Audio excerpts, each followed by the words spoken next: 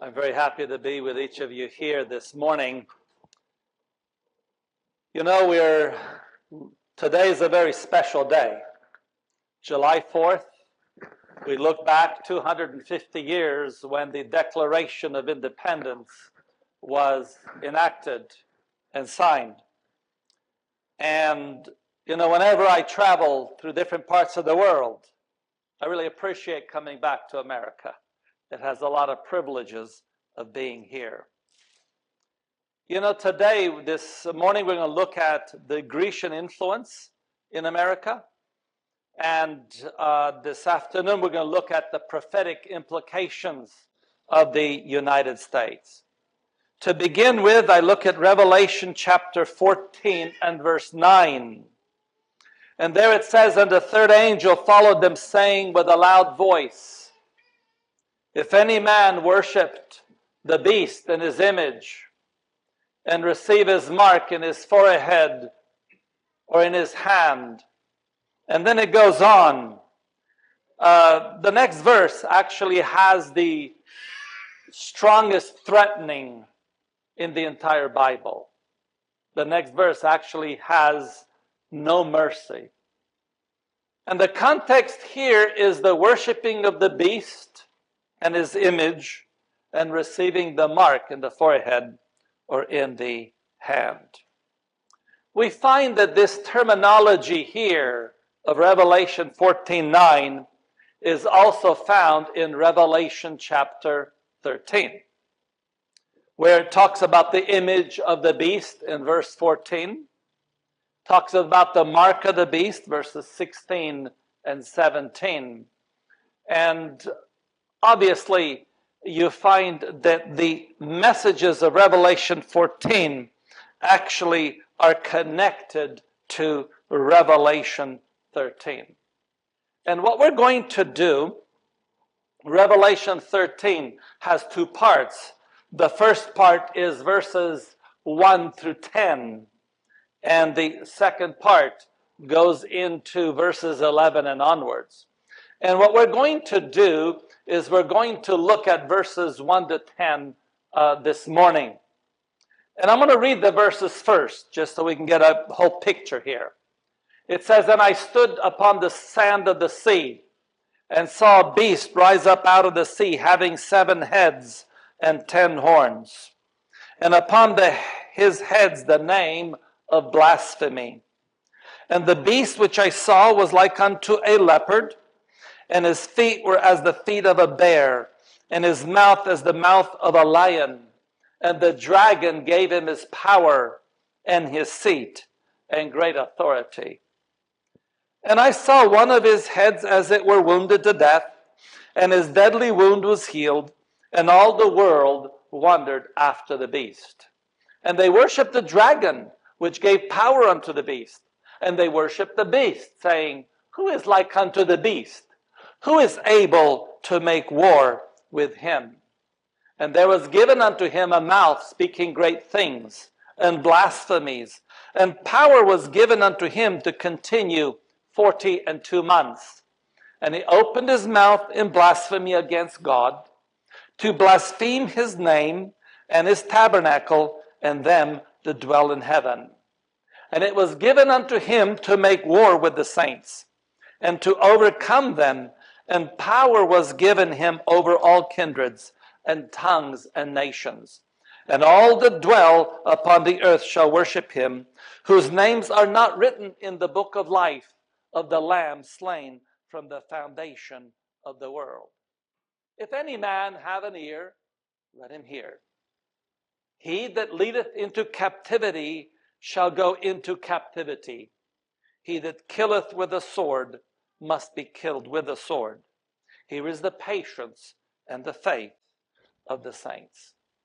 So this morning we're going to take some time to evaluate this first beast in Revelation chapter 13. So now, who is the beast? Who is this beast that we are talking about here? First of all, what we want to do is we want to look at the first part of the verse, because in verse 1, it says this beast comes out of the sea. In Revelation chapter 17 and verse 15, it describes what the sea or waters symbolize when we're looking at Bible prophecy. It says, the waters which thou sawest, where the horse sitteth, are peoples and multitudes and nations and tongues. So the sea, when it says a beast is coming out of the sea is symbolic of a large population, of a large group of people, many different nationalities, many different languages. And when we look at the word beast, we take a look in Daniel chapter 7. And in Daniel 7, there are different beasts. And it says the fourth beast shall be what? The fourth kingdom. So what we find then is that beasts are symbols of nations. So since this beast, this kingdom, comes out of the sea, it must come out of a thickly populated area of the world, where there is a lot of different nationalities. Now, there are several characteristics of this beast in Revelation 13, this nation. First of all, it has 7 heads and 10 horns, and there are 10 crowns upon those horns. The overall picture of the beast, when you look at this beast, he looks like a leopard. Now, the feet of this beast are the feet of a bear. The mouth is that of a lion. And his power, his seat, and great authority comes from the dragon itself. And when we study Daniel chapter 7, and we're not going to do that here, but if you go online and you'll look at the previous presentation, number 4, entitled Foundation of Nations, we're going to study there about these beasts. So you need to go online to hear the rest of the presentations. And we find that there are these same beasts there. You find the lion, you find the bear, you find the leopard, and you find the dragon, or a dreadful beast, as it is called. The very first one in that study, and again, we're not going to study it here, but you can go online and you can get the other presentations after this weekend. The first one was like a lion. And the lion in our study of Daniel chapter 7 represents the kingdom of Babylon. Babylon was the lion. He is the king of the beasts, which ruled by the power of worldly grandeur. Compared with other kingdoms, this kingdom was as gold among the baser metals. We're not going to be going through Daniel chapter 2, but Daniel chapter 2 is where you start it all off. And the first kingdom was the head of gold, represented as Babylon. And again, you have the wealth and grandeur of Babylon. No other kingdom after Babylon had the same type of grandeur. Now, Babylon was overthrown, but her religious principles lived on, and like the roots of the fallen tree sent forth a cluster of new fruit-bearing branches. Babylon's crowning sin was that of imputing all her wisdom and power unto false gods. And you can read that in Daniel chapter 5. You can see how the finality of the kingdom came when they imputed its power to its gods. The next kingdom that we see was the bear, symbolized by Medo-Persia. And when you're looking at this kingdom, it's not just a bear coming out. A bear, it has 3 ribs in its mouth. Now, normally you don't see a bear going around with 3 ribs in its mouth. Okay? When you see some animal with a bone in its mouth, what kind of an animal is it usually? Oftentimes a dog. Okay, and when you go to a dog and he has a bone in his mouth and you come close to the dog, what does he show you? Show you his teeth. Why? Because he shows, I am vicious. So in this characterization, you find that this bear, symbolizing Medo-Persia, is vicious because he has the 3 ribs in its mouth, and it says, arise, devour much flesh. Medo-Persia succeeded Babylon, and the bear was taken to represent that nation. Not so noble in appearance as the lion, but stronger and more savage. With its feet, it stamped and crushed the foe. The strength of Medo-Persia lay in its tyrannical government. It's in the way its government acted. And one of the things that we know about the tyranny of a government is the belief in its infallibility, that it's not fallible. And when you look at Daniel chapter 6 and verse 12, you find what tyranny means. And if you remember there, the king made a law, and what happens? Once he makes a law, he cannot change it. Notice verse 12 towards the end. The king answered and said, the thing is true according to the law of the Medes and Persians, which altereth not. So even a king can make a law, and then what? He cannot change his mind. That is tyranny. Tyranny is shown when you can't ever change your mind. Because you say something, and even if it's not good, you have to do it because you have said it. So what we find here is that it was a monarchy of the most absolute form. And monarchy in its absolute form is when what? When it's not permitted to change its mind. The next kingdom was the leopard. And this leopard was a symbol of Greece. And when you look at Greece, one of its major character traits in Greece was its philosophy. Till today, we think of the philosophy of Greece. Whenever you study in school and you're learning philosophy, what do you have to learn? You have to learn Grecian philosophy. And in Colossians 2 and verse 8, it says, beware lest any man spoil you through philosophy and vain deceit, after the tradition of men, after the rudiments of the world, and not after Christ. And so what you find here is that Greece was known for its philosophy. Greek culture and intellectual development carried men further away from the simple truths of God's word than any form of religion or any oppression form from the government. The teachers of Greek philosophy followed in the wake of Alexander's conquest. So when Alexander began conquering in the speed of his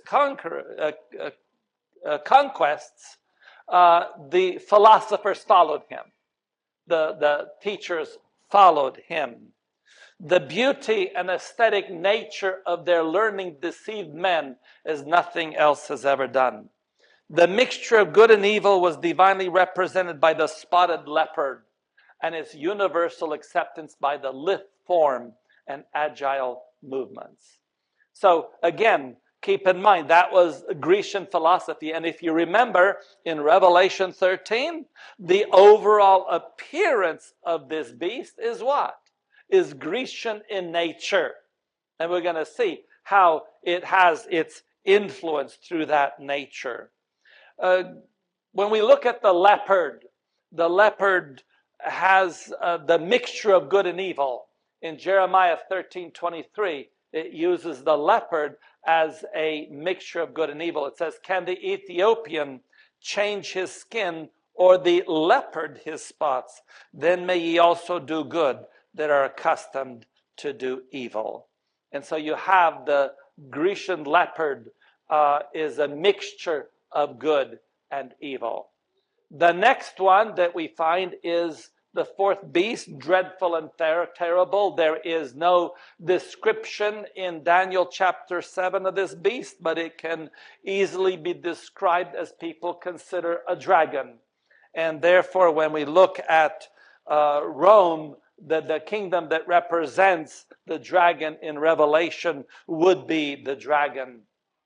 And so this dreadful beast in Daniel chapter 7 and verse 24, he has 10 horns, and out of his kingdom are 10 kings that shall arise. And again, when you study Daniel chapter 7, you could look it up online on this particular presentation, the previous one to this, you find that it symbolizes the 10 kingdoms of the Western Roman Empire. That is where the 10 kingdoms are. So the characteristics, when we look at this leopard-like beast, the characteristics, he takes the evil natures of all those kingdoms in Daniel chapter 7. Okay, you have the leopard, you have the bear, you have the lion, and then you have the dragon in all of that. And but the overall picture again is what? It is leopard-like. Being leopard-like, it means what? It means that he looks like what? Like the Grecian. It's more Greek in its character traits. And so John saw a beast coming up out of the sea, rising in the midst of the nations of the earth, and its combined characteristics of the leopard, the bear, and the lion. The successor of Greece was Rome, and profiting by past failures, the devil combined the strength of all preceding kingdoms in this fourth. Basically, a false religion, a tyrannical government, upheld and propagated by a flattering, insinuating, false system of education. This was the body of the beast. So the Greek system was basically, it was its educational system. And this is what permeates all the way into the book of Revelation. So again, the leopard-like is the main characteristic of Greece, the philosophy of Greece. We find the bear's feet. It's the viciousness of Medo-Persia, especially its attitude that once a law is passed, it cannot be changed. In other words, the idea of infallibility of its laws. The mouth, keep in mind, the lion's mouth was that of Babylon, and it was especially the Babylonian religion. You're going to find the Babylonian religions permeated in this system. And of course, the dragon, Satan using the power of Rome, which gave this beast its seat, the city of Rome, which was its capital. So the question is, who is this beast? This is what we need to look at. Who is this leopard-like beast? This is a power to which the dragon gives its power, its seat, and great authority. So the dragon is the one that gives this beast its authority. And when you're looking at the word, the dragon, you have to go to Revelation 12. So we started in Revelation 14. We're now looking at Revelation 13, but the context is found in Revelation chapter 12. And who is the dragon in Revelation 12? Who is the dragon there? In verse 9, it says, and the great dragon was cast out, that old serpent called who? The devil and Satan, which deceiveth the whole world. He was cast out into the earth, and his angels were cast out with him. So when we are speaking of the dragon, we have to understand that the dragon actually is the devil, is Satan. However, Satan uses certain nations, okay? And in Revelation 12, we find that he is using the pagan Roman Empire. And we know this especially when we go to verses 4 and verse 5 in Revelation 12. We don't have it on the screen here, but Revelation 12, 4 and 5.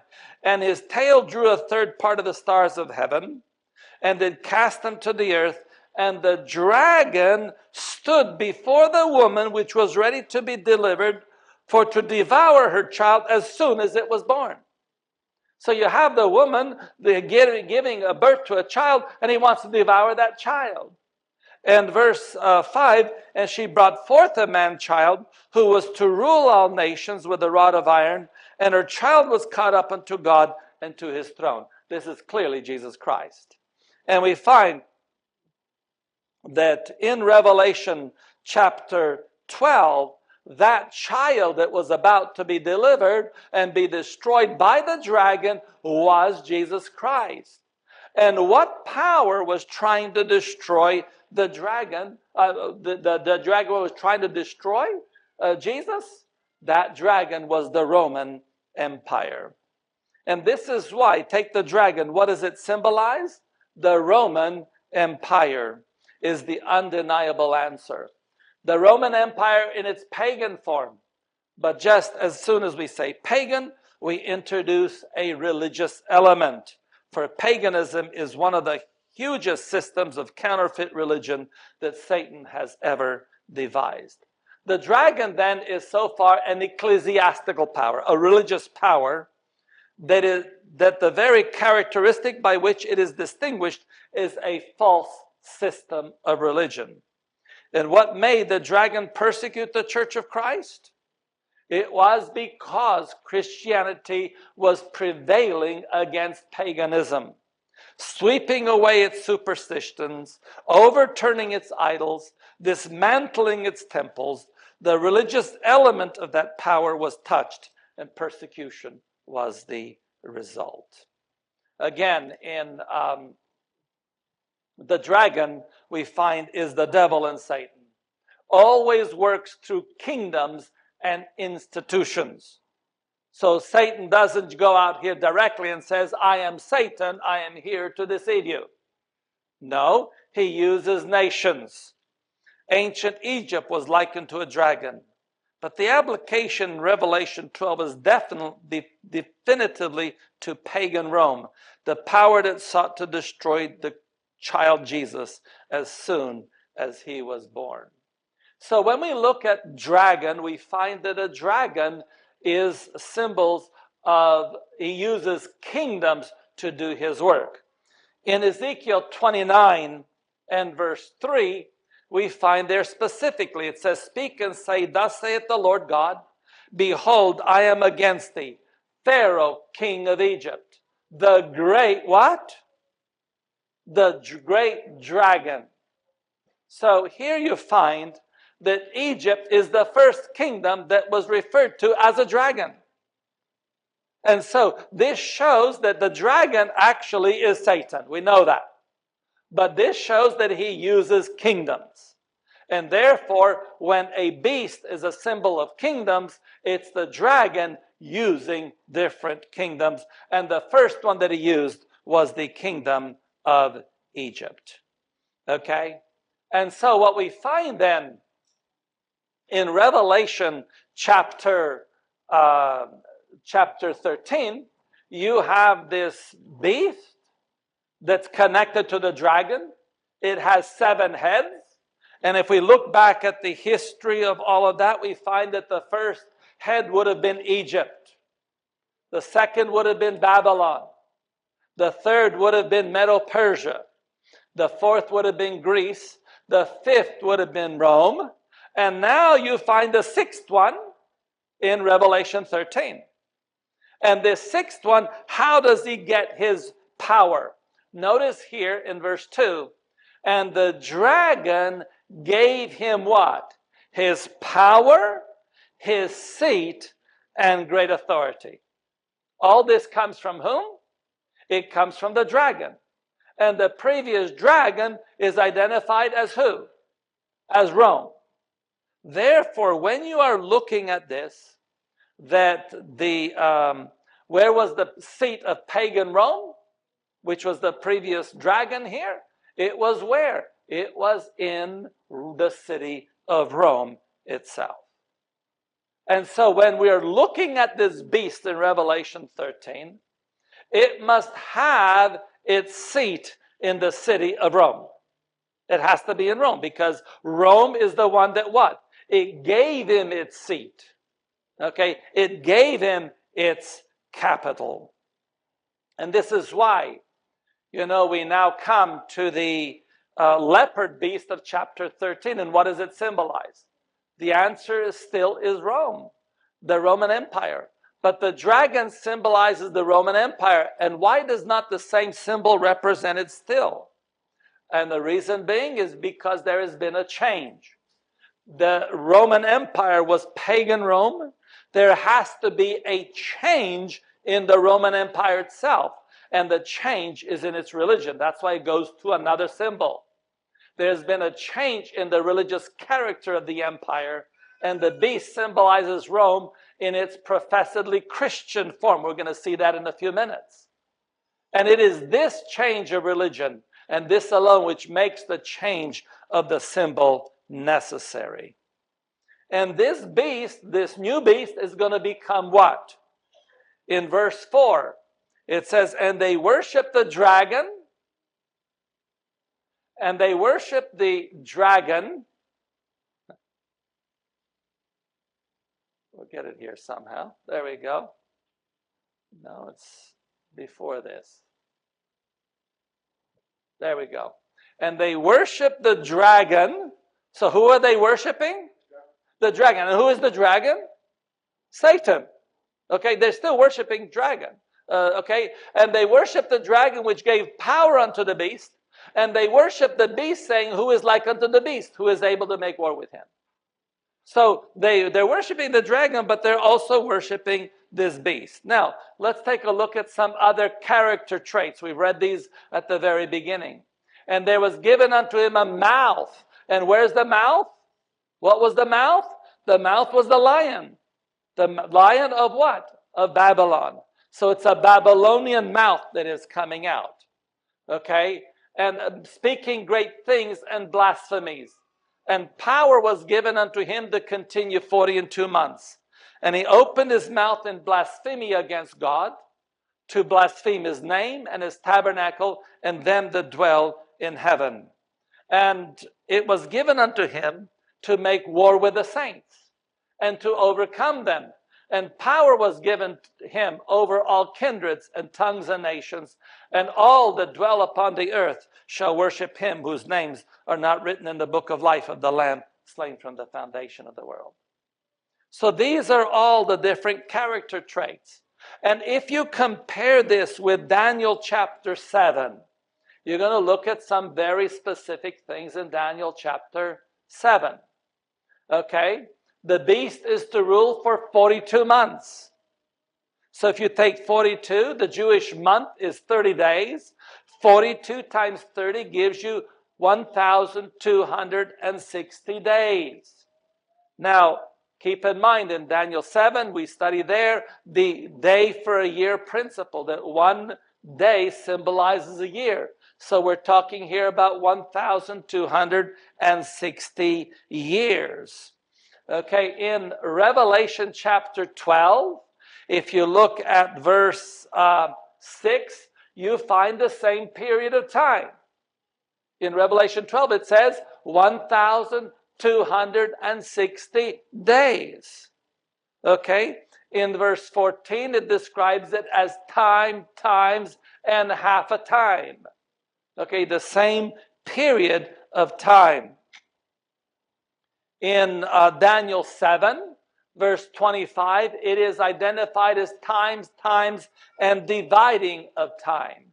And if we look at that, one time was 1 year, and the Jewish year was 360 days. So you take 360 days, times plural, the lowest number plural, and still be plural, is 2. So therefore you have 720 days.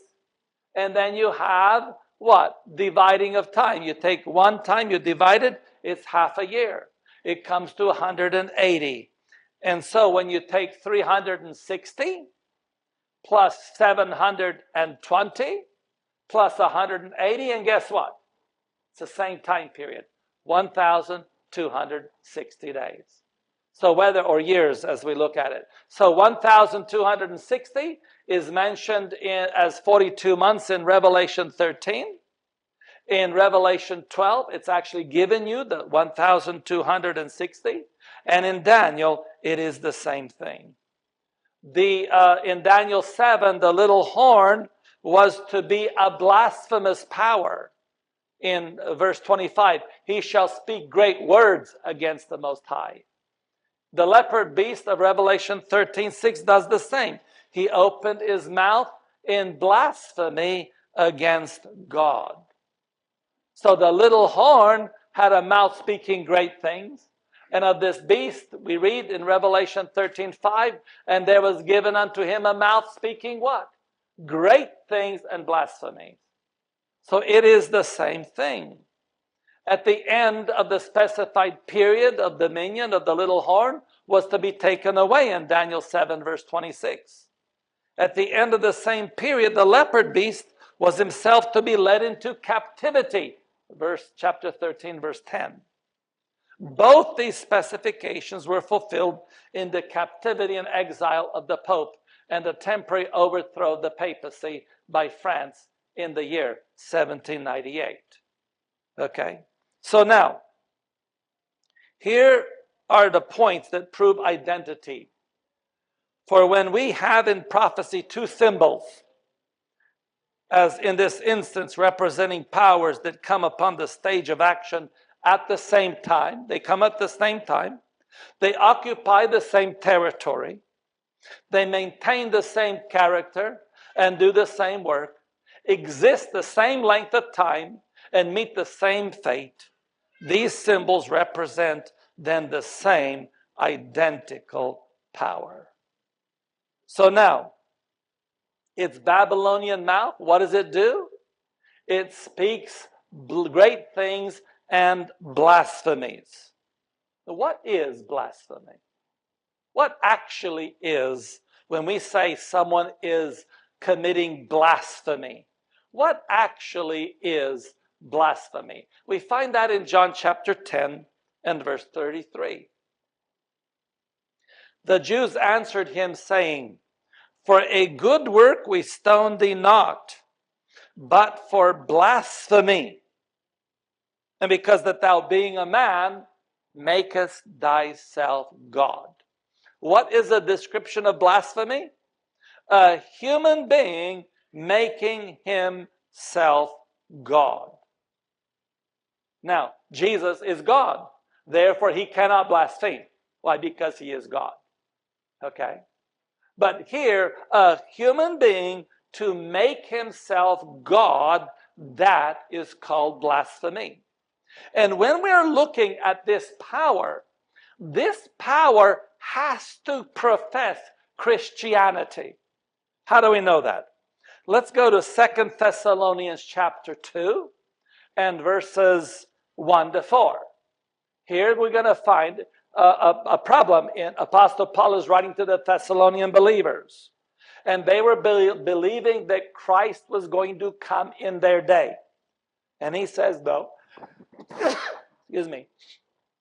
He says, no, there are certain things that are going to happen. And notice verse 3. Let no man deceive you by any means, for that day shall not come except there come a falling away first, and the man of sin be revealed, the son of perdition. Now, what do you find here? You find here that first has to happen what? A falling away first. You cannot fall away if you are never standing up. If I'm down on the ground, I cannot fall away. I can't fall down. You have to be standing up. And in Spanish, actually, they use the word, instead of falling away, they use the word apostasia, which is apostasy. So there has to be first what? This means there has to come, before Christ comes, there has to be, there it is in Spanish, there, apostasia. There has to be what? there has to be an apostasy. A pagan cannot apostatize. It's impossible for a pagan to apostatize. The one that apostatizes has to be Christian. So in this context, Paul is saying in the future there has to be an apostasy. That means something professing Christianity falls away. And then the man of sin be revealed, the son of perdition, who opposed it and exalted himself above all that is called God, that is worshipped, so that he as God sitteth in the temple of God, showing himself that he is God. So that means there has to be, in a Christian religion, there has to be the temple, the so-called Christian church, and they have to show themselves that they are God. Okay? And that is what we call blasphemy, you see. And therefore, he does what? He blasphemes against God, you see. So that's why we are looking here that that there must be a Christian religion, and it must profess to be God. Okay, and one of the things that the greatest thing that you can profess to be God is when you profess to forgive sins. Remember, the Jews got really upset at Jesus because, only God can forgive sins. And they thought Jesus was committing blasphemy, but Jesus is not, because he is God. You see, when you look at Revelation 13, verse 6, 1 Timothy 2, verse 5, for there is how many gods? One God, and what? One mediator between God and man, the man Christ Jesus. So when you have a human being standing between you and God as a mediator, that is taking the place of God. And then what else does it do? In verse 7, it says that it was given unto him to make war with the saints. In other words, great persecution. So as we look at this, all of these powers, whether it's Babylon, Medo-Persia, Greece, Rome, each of the powers here introduced is representing as fiercely persecuting the church of God.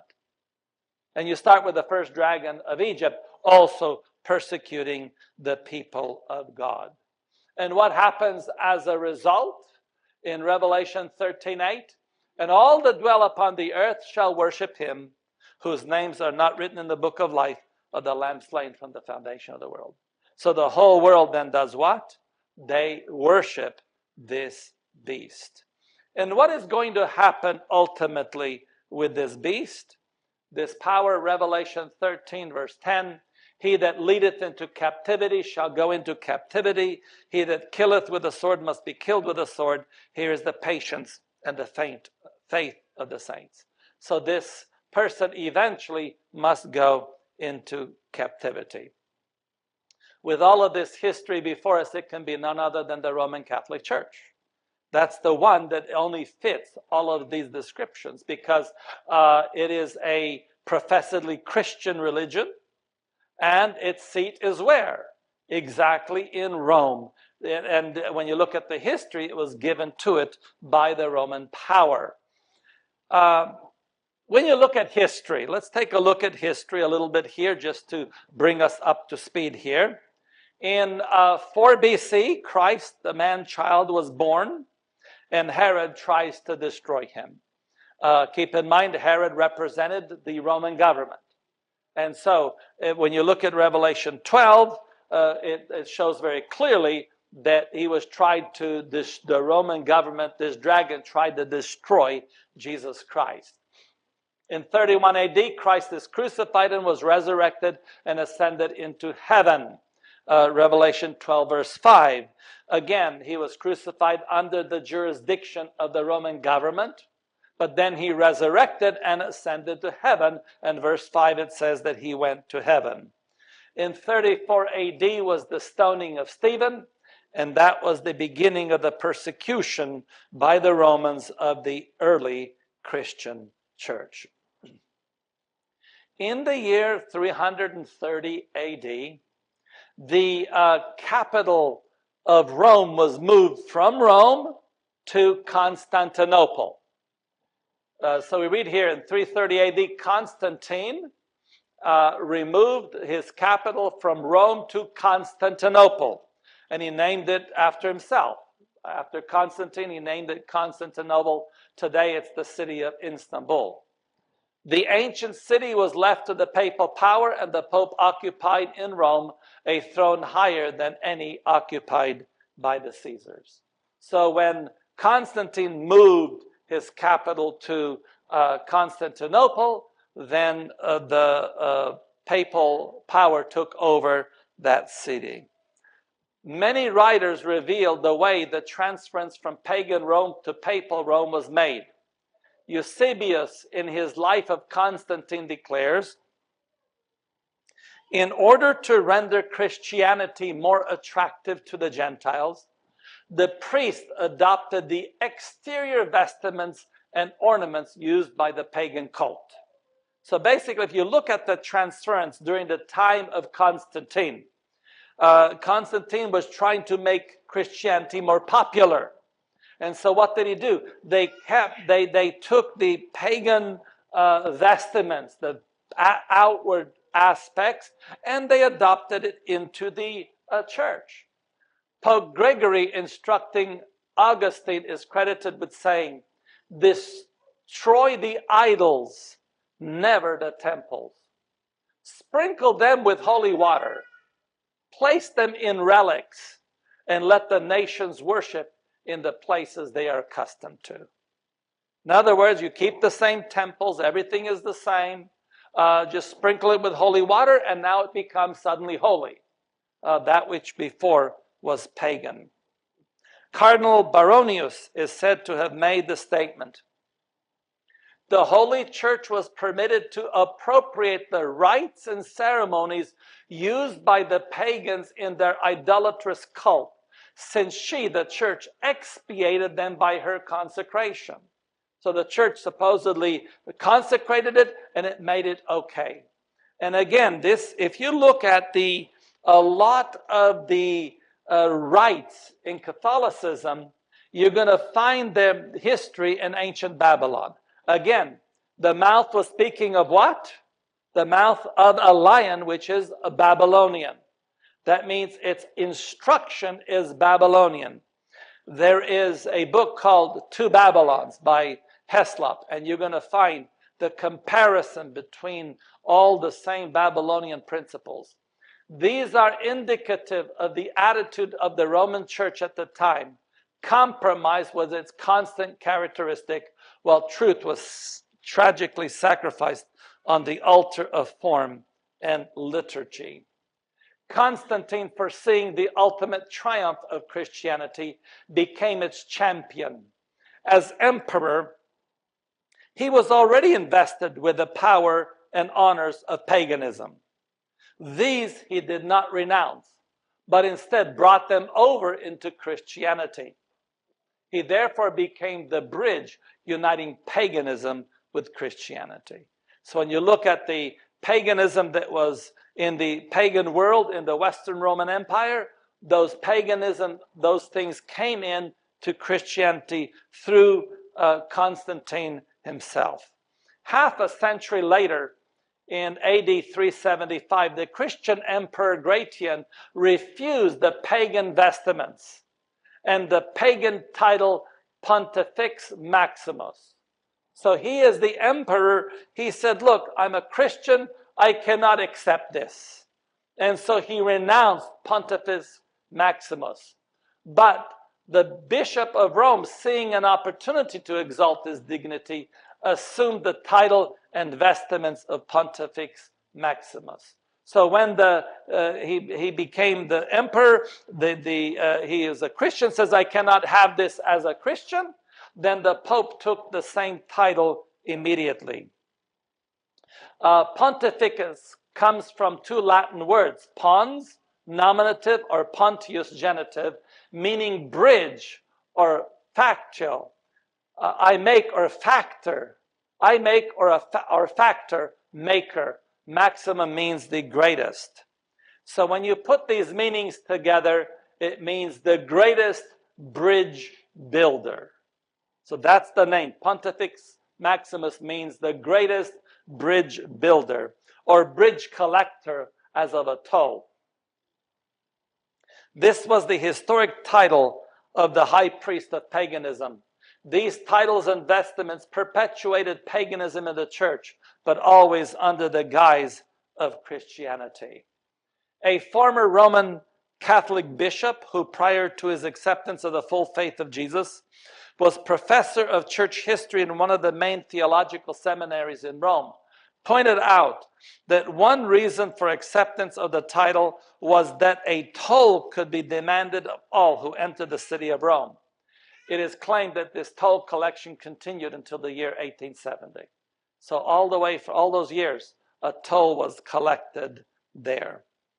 So when we look at the Western Roman Empire, it was conquered in the year 476 by the 10 kings of Europe that we saw already earlier. That was done by the year 476 AD, and therefore it was the 10 horns or the 10 crowns. The problem was that the papacy tried to exert control, but the area around the Vatican was actually controlled by the Heruli kingdom. And they were an Arian power. They did not believe in the Catholic ideas, in some of the Catholic ideas. They believed most of the Catholic ideas, but some they differed in. And the Pope was in a different viewpoint, and he couldn't control things. And the Heruli kingdom actually, what they did is they demanded that when the Pope was elected, that they approved the election of the Pope. And they didn't like that. So in the year 493, the Ostrogoths were interested in more territory, and the Roman Empire was happy to give them more territory. And he said, all you have to do is conquer Heruli. So in the year 493, they conquered Heruli, and therefore one of those horns in Daniel 7 was removed. Unfortunately, Ostrogoths were the same religious belief.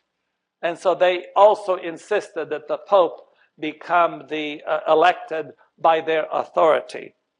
The Emperor Justinian, in the year 533, declared the Pope the head of the church. But again, he could not be a head when he was still, the civil power was controlling him. It is one of the leading doctrines of Romanism that the Pope is the visible head of the universal Church of Christ, invested with supreme authority over bishops and pastors in all parts of the world. And we see this week, just this week. Right now, there was a group of Catholic bishops that they ordained 4 Catholic bishops against the will of the Pope. And what did the Pope do? He said, since you disagree with it, he excommunicated them all. He excommunicated just this last week, showing that he has to control all bishops. That means that a bishop cannot be consecrated without the approval of the Pope. And this is just this week. This shows here that they believe he's the visible head of the universal Church of Christ, invested with supreme authority over who? Bishops and pastors in all parts of the world. More than this, the Pope has been given the very titles of deity. He has been styled Lord God the Pope, that is what they call him, and has been declared infallible. He demands the homage of all men. The same claim urged by Satan in the wilderness of temptation is still urged by him through the Church of Rome, and vast numbers are ready to yield him homage. In the year 534, another of the kingdoms that was giving them trouble was the Vandals, and they were taken over in 534. And in 538, the Ostrogoths were also rooted out. And this is why the year 538 gives the date of the beginning of the papal supremacy. Because until 538, the Ostrogoths demanded that the Pope be elected only with their approval. And even though in 533, Justinian made the Pope the head of the church, he could not be the head until 538, when the Ostrogoth power was removed. The other thing that the church also did is they changed the biblical timing of a day, because the biblical day was from sunset to sunset, and they changed it from midnight to midnight. And that's how we still have it today. And of course, the persecution of God's people. In the 6th century, the papacy had become firmly established. This is the year 538. Its seat of power was fixed in the imperial city, and the Bishop of Rome was declared to be the head of the entire church. Paganism had given place to the papacy.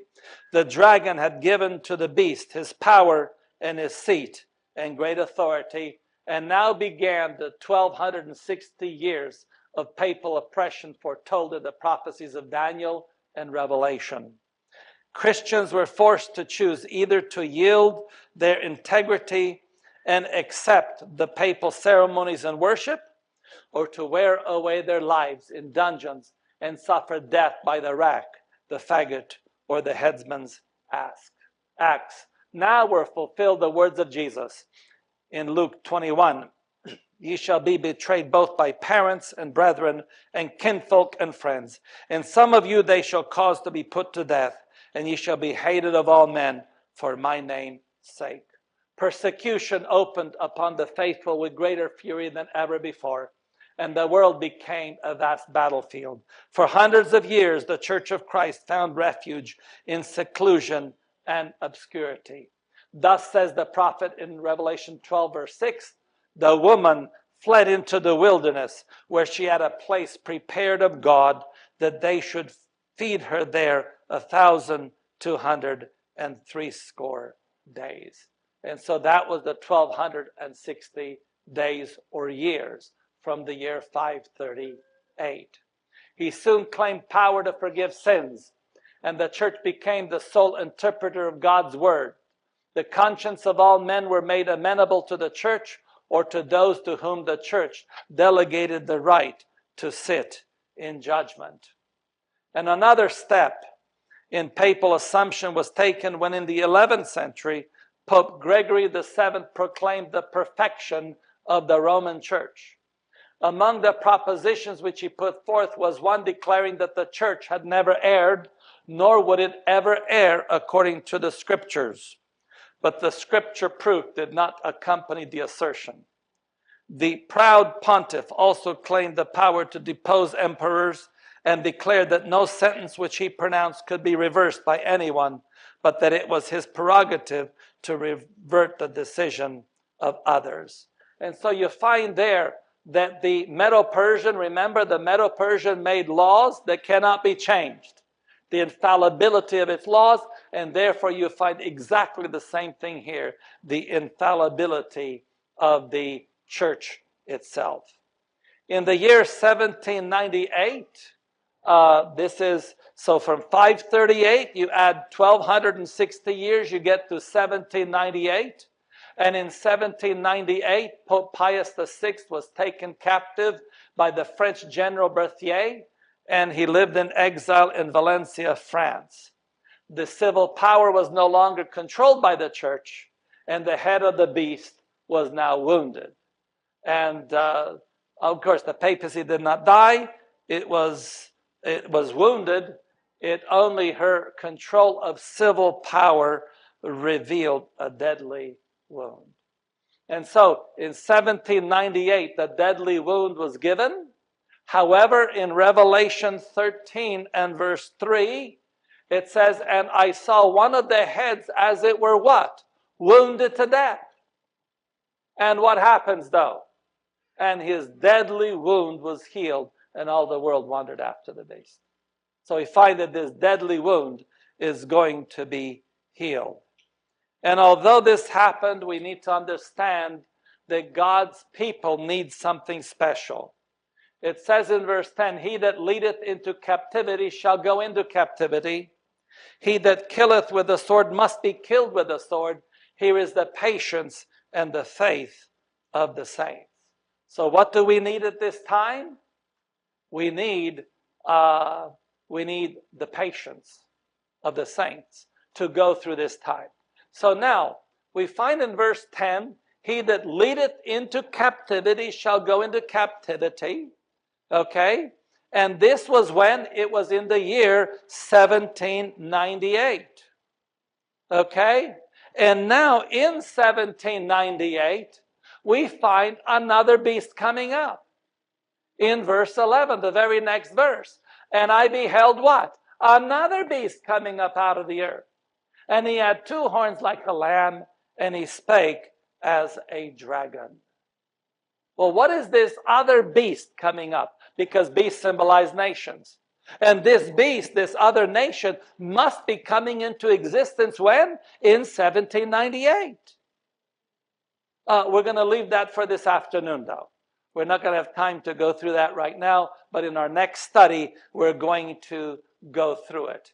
And you're going to see then the connection between this beast, the Grecian beast, and the next one, because the next head, another beast, because remember the head, it had 7 heads, right? And we've identified the first head being Egypt, the second one Babylon, third one Medo-Persia, fourth one Rome, the fifth one, the papal system, had the Grecian influence, and now there is what? There has to be a next one that comes out into existence. So again, the first one was what? Egypt. Second one, Babylon. Third one, Medo-Persia. Fourth one, Greece. Fifth one, Rome. Sixth one was the papal Rome. And now the 7th head is coming into play, and we'll look at that in our next presentation.